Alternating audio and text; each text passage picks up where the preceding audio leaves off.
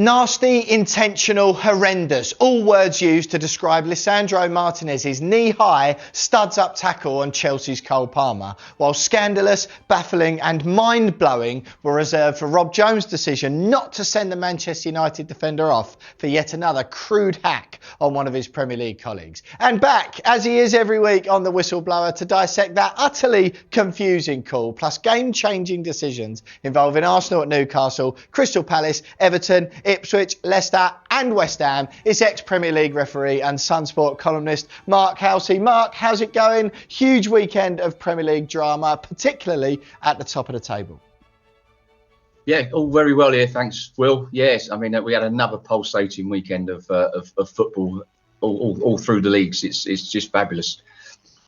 As we always do, Mark, we'll start with the biggest decision of the weekend and inarguably the biggest game. Manchester United won, Chelsea won. The referee, Rob Jones, VAR, Michael Salisbury here. And this one has just baffled the football world. Lisandro Martinez, right? You can see it here already. We're into first half stoppage time. Score at 1-1. Chelsea breaking. Cole Palmer, a delightful flick over Martinez's head in the middle of the pitch. Martinez's legs, as you can see, absolutely akimbo. Studs Cole Palmer right in the knee. The advantage played on fairly because Chelsea still had the ball, but the break falters. Now, only a yellow card given for this challenge. VAR checked it, as you can see here, checking for serious foul play, and stayed with Jones's on-field decision.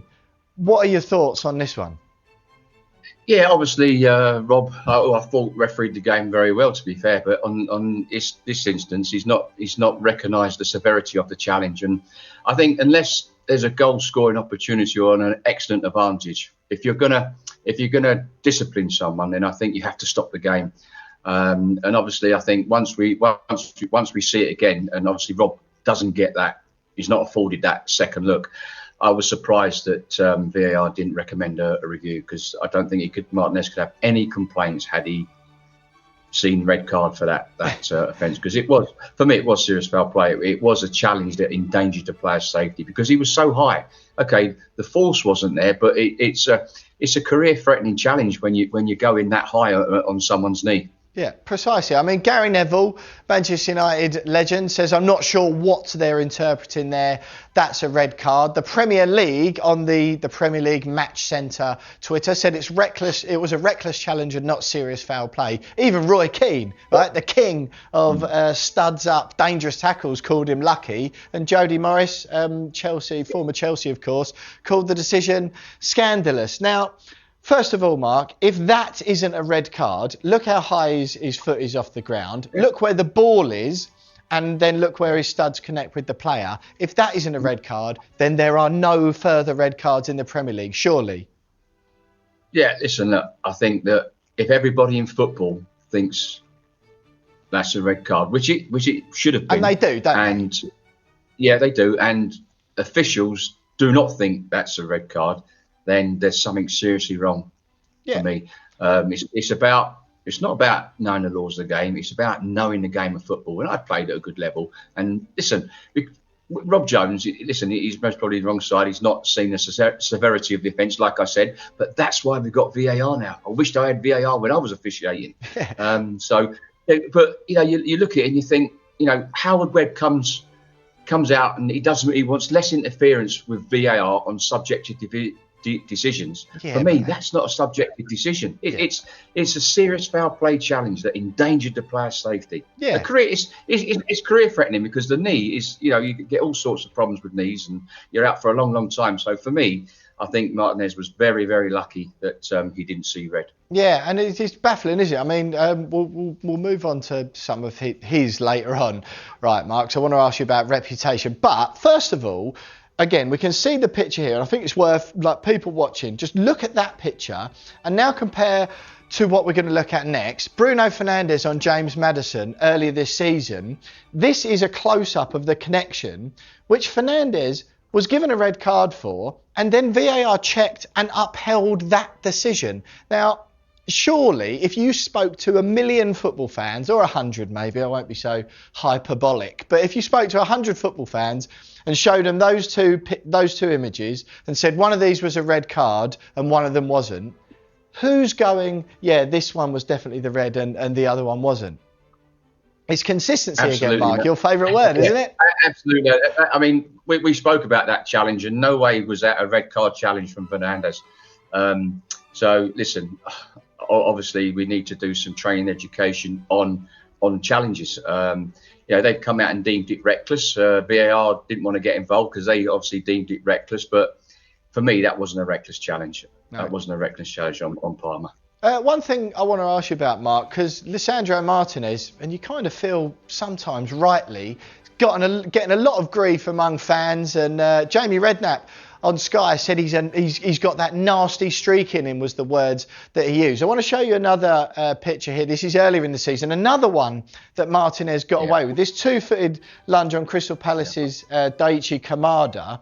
Now, again, we can see him getting the ball, but everyone probably remembers that challenge. It is two-footed and off the ground. Firstly, what do you make of Martinez? And as a former Premier League referee, will these referees be taking into account a player's reputation when they're involved in games and when they see tackles from certain players?